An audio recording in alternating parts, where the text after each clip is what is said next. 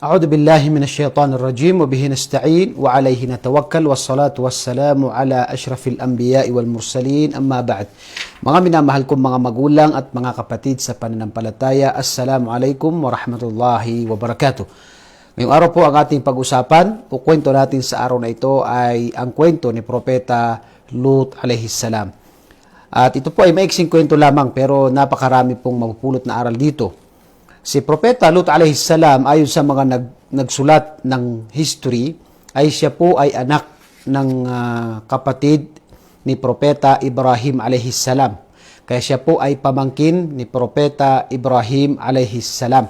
So sila po, si Propeta Ibrahim alayhis salam, nakuha po natin ang kanyang kwento, na siya ay pinadala rin sa mga tao na kung saan sumasamba sa mga ribulto. At kasama sa mga naniwala sa kanya ay si Propeta Lut alayhis salam, na kung saan si Propeta Lut alayhis salam ay isinugo sa isa sa mga bayan, lugar sa tinatawag na Palestine. Dito, si Propeta Lut alayhis salam, ang isa sa mga isinugo siya sa mga tao na sila ay gumagawa ng mga pagsamba sa mga ribulto at meron din silang gawain na napakasamang gawain.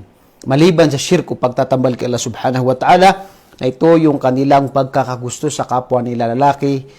Ito yung kanilang tinatawag na yung pakikipagtalik nila sa kapwa nila lalaki. Sa Suratul A'raf, sinabi ng Allah, "Walutan idh qala liqaumihi ata'atuna al-fahishata ma sabaqakum biha min ahadin min al-alamin." Sinabi ni Lut alayhis salam sa kanyang mga nasyon na ata'atuna al-fahishata ma sabaqakum minha. Gumagawa kayo ng gawain na ito ay napaka ruming na gawain na walang gumawa dito simula nung nilikha ng Allah subhanahu wa ta'ala ang tinatawag na mga tao. Innakum la ta'tuna ar-rijala shahwatan min duni nisa. Subhanallah. Sinabi ng Allah, nilikha ko ang mga babae para sa lalaki. Pero anong ginagawa nila? Ayaw nila ng mga babae. Which is, ito yung natural na pagkalika ng tao sa babae. Magkakagusto yung lalaki sa babae, babae magkakagusto sa lalaki. Pero ang kanilang ginagawa ay, ang gusto lamang nila, iniiwan nila ang mga kababaihan, pero sila ay nagkakagusto sa kapwa nila lalaki at sila ay gumagawa ng ganitong kasalanan, nakikipagtalik sa kapwa lalaki. Ito ay malaking kasalanan sa relihiyong Islam. Ganun din sa mga naunang mga kasulatan, yan ay pinagbawal. Maging sa mga tinatawag, kahit yung sa Biblia ngayon, yan ay nakalagay doon na yan ay napakalaking kasalanan. So, ito sa Islam, ay ito po ay napakalaking kasalanan, yung tinatawag na pagsasama ng lalaki sa lalaki. Ito, bal antum qaumun musrifun, kayo ay mapagmalabis. Wa ma kana jawabu qaumihi, dito subhanallah.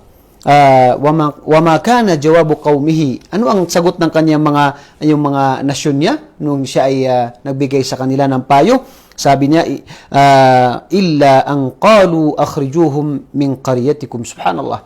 Sabi niya, magkaisa kayo at palayasin nyo si Lut alayhis salam.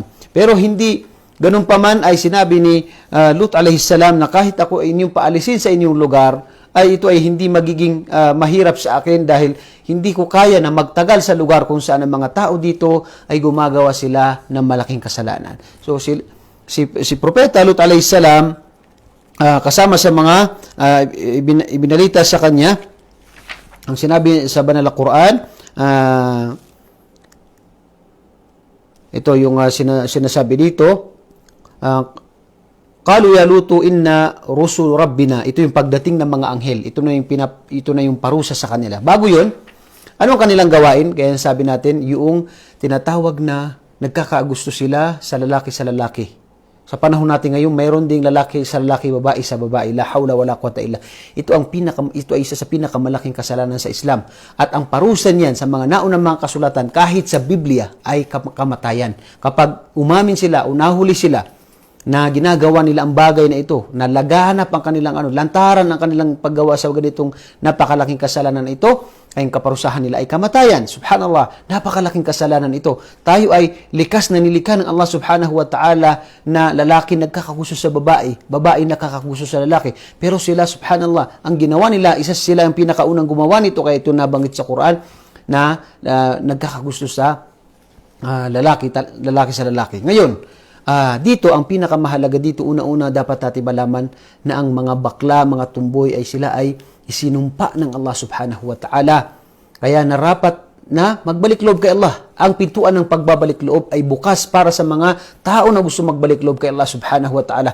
Tayo, yung mga tao na sinubukan ng ganyan, magtiis kay Allah subhanahu wa ta'ala upang gantipalaan dito sa mundo at sa kabilang buhay. Marami tayong mga kapatid na mga balik Islam, alhamdulillah. Ganun din yung mga ibang mga kapatid natin, mga inborn Muslim na may mga pagsubok na dumating sa kanila na ganito. Sila ay nagbalik loob kay Allah subhanahu wa ta'ala. Sila ay naging mga mabuting Muslim. Kung kaya nila ito, kaya ito ng ibang mga tao. Isa ito sa dapat nating bigyang pansin. Kaya po, ang pinapayo ko una-una ay ito ay gawain na isinumpa ng Allah. At ito ay sila ay pinarusahan. Dito sa Banal na Quran, binanggit ang kanilang parusa. Kaya nararapat lamang po na kamuhian natin ang ganitong gawain. Subhanallah. Bakit sila pinarusahan ng Allah?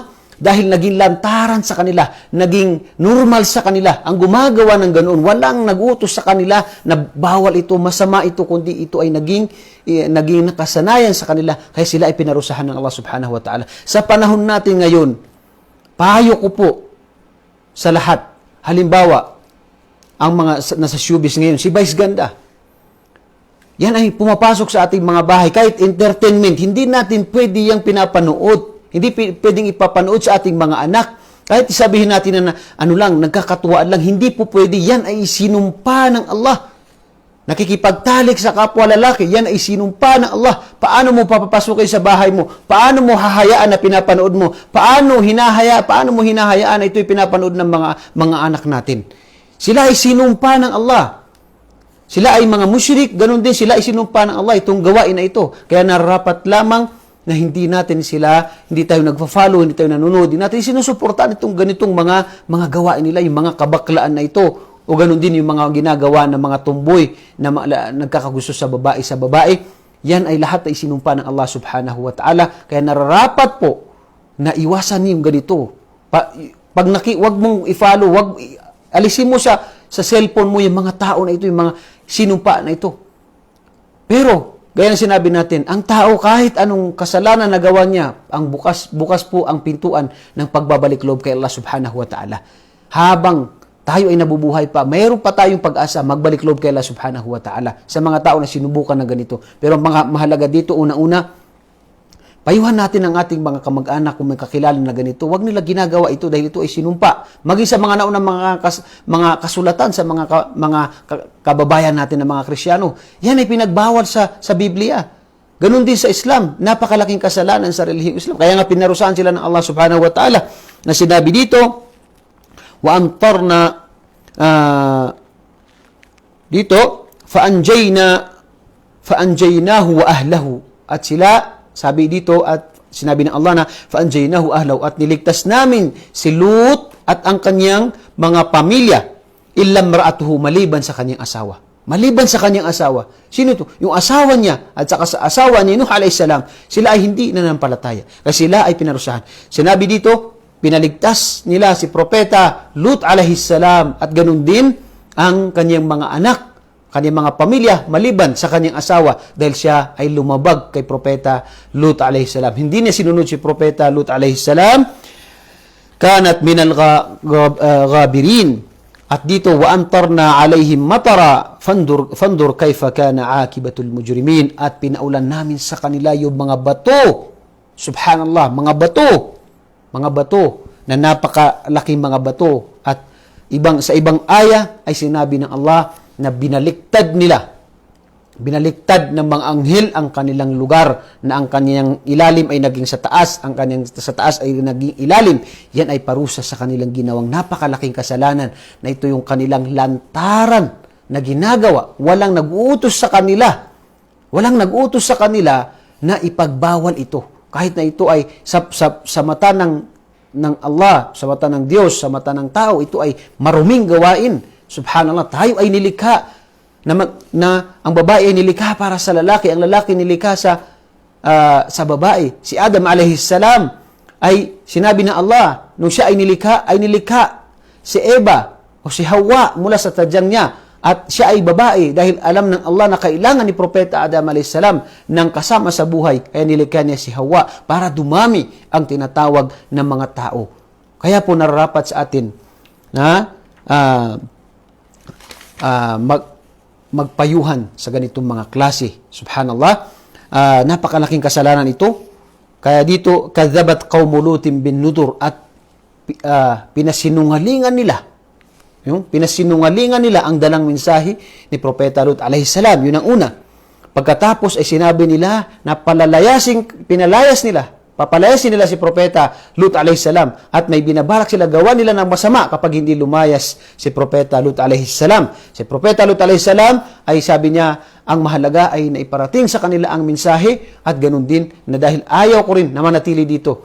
Yun ang pagkamuhi sa gawain na masama. Kaya hindi nararapat sa isang tunay na mananampalataya na pinapanood niya itong mga kahit entertainment, yung mga tulad ni Vice Ganda, mga bakla, lantaran ito, lantaran, subhanallah, malaking kasalanan ito. Kaya hindi dapat nito pinapanood natin, hindi pinapanood ng ating mga anak. Ganun din na dapat nating payuhan ng mga ito, na yung lalo na may mga kapatid tayo na Muslim na sila ay nagbabakla-baklaan, la hawla wala quwwata, yung pananalita, yung galaw na sinasadya, yan ay malaking kasalanan sa Islam.